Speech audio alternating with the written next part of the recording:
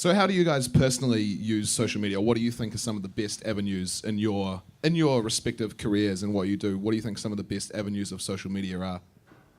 Personally, my favourite is Vine, just because it's at 6 or 7 seconds and you can just kind of like highlight different bits, and especially because of the music scene, it's kind of like cool to do. Like, to me, I enjoy that more than anything else. Like, I get kind of bored with everyone's statuses updates or spamming about different events. Or Vine's almost perfect for just teasing stuff, especially when it comes to music as well. Do you see like the Naked and Famous who are vining clips of their new stuff, and you could get really excited and go, oh, that's coming out. Can't wait to hear the full thing. Yeah, sure. I hate sad posts on Facebook. Look at me. Look at me.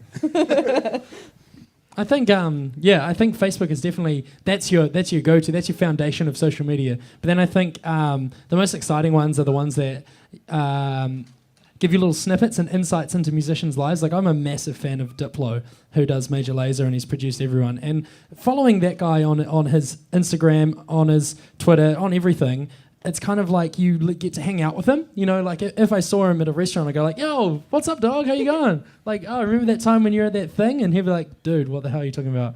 Like, like those visually based ones. I know that like you mentioned Lord and her Tumblr page. You know, that seems more important than Facebook or anything else. You know, and because there's Instagram type pictures that you put on that are very few and far between. You're getting this sort of this aesthetic sort of invitations that what turns her on in terms of visual things, and almost like a mood board, like a mood board, like a scrapbook or what have you. And then with Instagram, say like Unknown Mortal Orchestra or Ladyhawk, like Ruben and Pip, they put up you get to see the world through their eyes through their Instagram thing, so that's really cool too. And maybe there's comments and maybe there's not, but you climb inside the head, like you said. So when you bump into them, you go, oh, how was that bottle of wine you had last night? Was it cool? I think it's definitely cool for, in terms of bands. Like, I'm way more inclined to follow individual members of bands rather than bands' actual Instagrams or pages, simply because depending on the size of the band, record labels do just run them for them, and then you lose that personal touch, which is so you crave for that so much as a fan. Yeah, that's why I think stuff like Twitter and stuff is quite good as well, because it's quite conversational and you can actually hit them up and then they retweet you and everyone gets excited. And yeah, it's a bit more conversational than Facebook. Facebook's almost become like a website rather than conversational tone. MySpace. So when it comes to using social media, like, do you think that less is more? Do you think it kind of depends on an artist? Because as you said, someone like Lord on her Instagram is she's not just going nuts on it, just peppering it, whereas someone like Diplo seems to be just a lot of stuff is on there. Do you think less is more, or do you think it just does really depend? I think it's content driven. I think it's, if you're busy touring, doing heaps of cool stuff all the time, post away. But if you're just doing nothing, then there's no need to, flood people's feeds with your photo of your toast kind of stuff. I think it also depends on who you are as an artist as well. You can choose your avenues that you use predominantly, and you can also choose the content that you post. But yeah, I reckon it's mainly about entertaining people. And if you've got nothing to say, then don't say anything. It's purely about entertainment. Yeah. How do you use social media as a musician, Paul?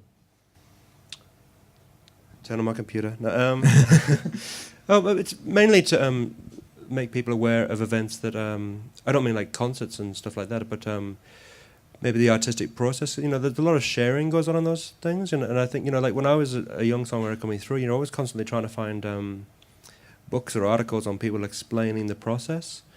And one of the great things about social media is you can discuss and evaluate that process in real time. With this, that thing you have like your personal page, and then you have like a band page.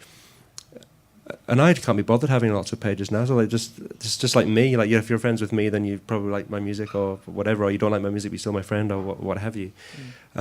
So those discussions are really going out to a wider community, and they're happening in real. It's like a massive playground, and having a conversation with more than one person at the same time. And I'm really into this idea of collective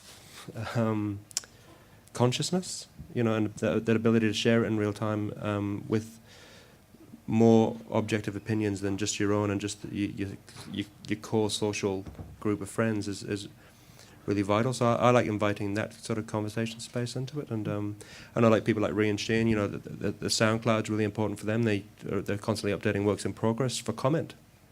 You know, and people say, oh, this is awful, or this is the best thing you've ever done. And sometimes as an artist, that's all the little push that you need to continue down a path that you might otherwise just discard because you're not very confident about it. These days you can throw it up and it's sort of forever and not forever on the internet. You know, if something goes on, it probably is forever, but only if everyone's looking at it. And if it's not very good, then people stop looking at it very quickly.